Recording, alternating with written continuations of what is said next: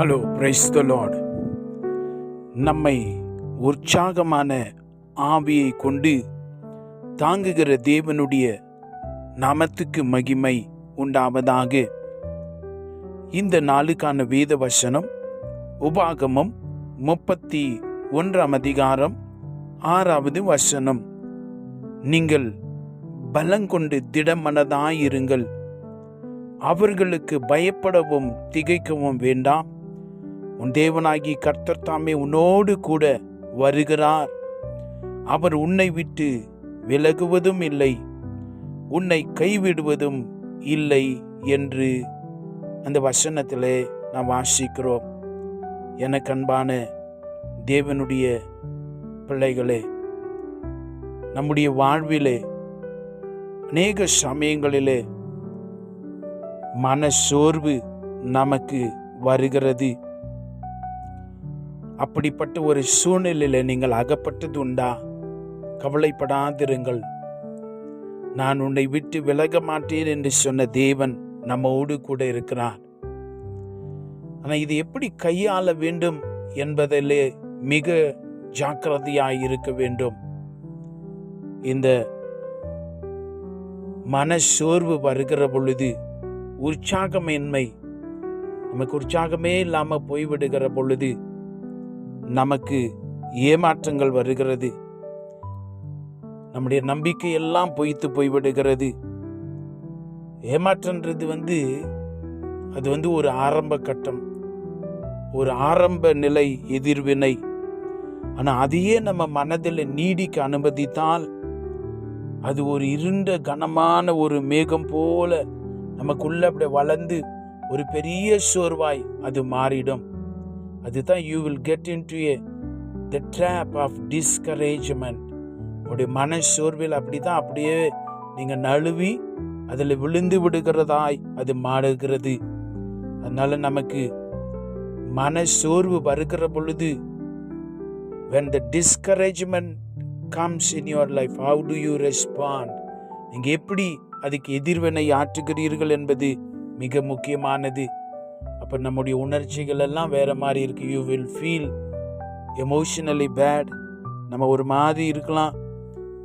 தவிர்க்க முடியாத சூழ்நிலைகள். அந்த மாதிரி சமயத்தில்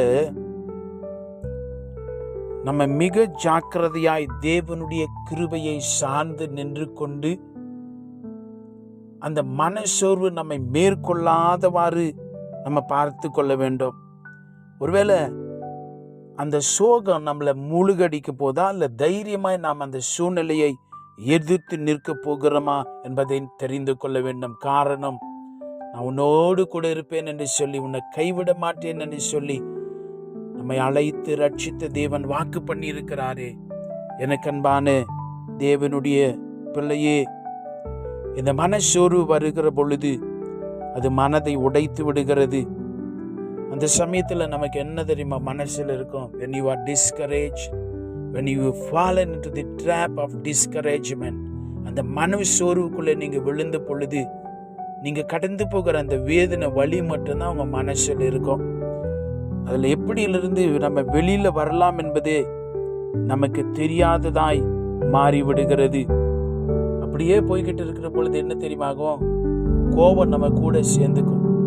anchor will become as an habit. உங்களை அறியாமலே உங்களுக்கு கோபம் வர ஆரம்பிக்கும்.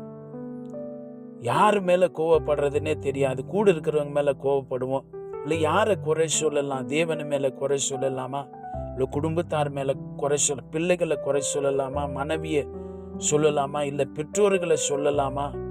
என்று பல காரியங்கள் மனதிலே வரும். அப்படியே போயிட்டே இருந்தால் you will fall into frustration, விரக்தி வர ஆரம்பிக்கும்.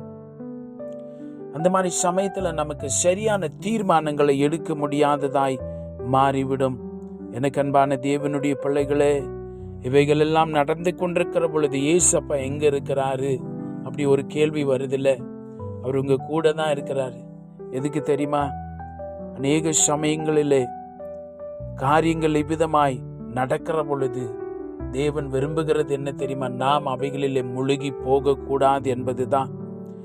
அவைகளிலிருந்து நாம மேலே எழும்பி வர வேண்டும் என்று தேவன் விரும்புகிறார். ஒரு பரிசுத்தமான ஒரு தேவனுடைய நோக்கம் உண்டு. அவைகளிலிருந்து உங்களை பெரிதாய் தேவன் வெளியில கொண்டு வர விரும்புகிறார். இன்றைக்கு நீங்க அப்படி மனசோர்வுக்குள்ள கடந்து போய் கொண்டிருக்கிறீங்களா? மனம் உடைந்த நிலைமையில் இருக்கிறீங்களா?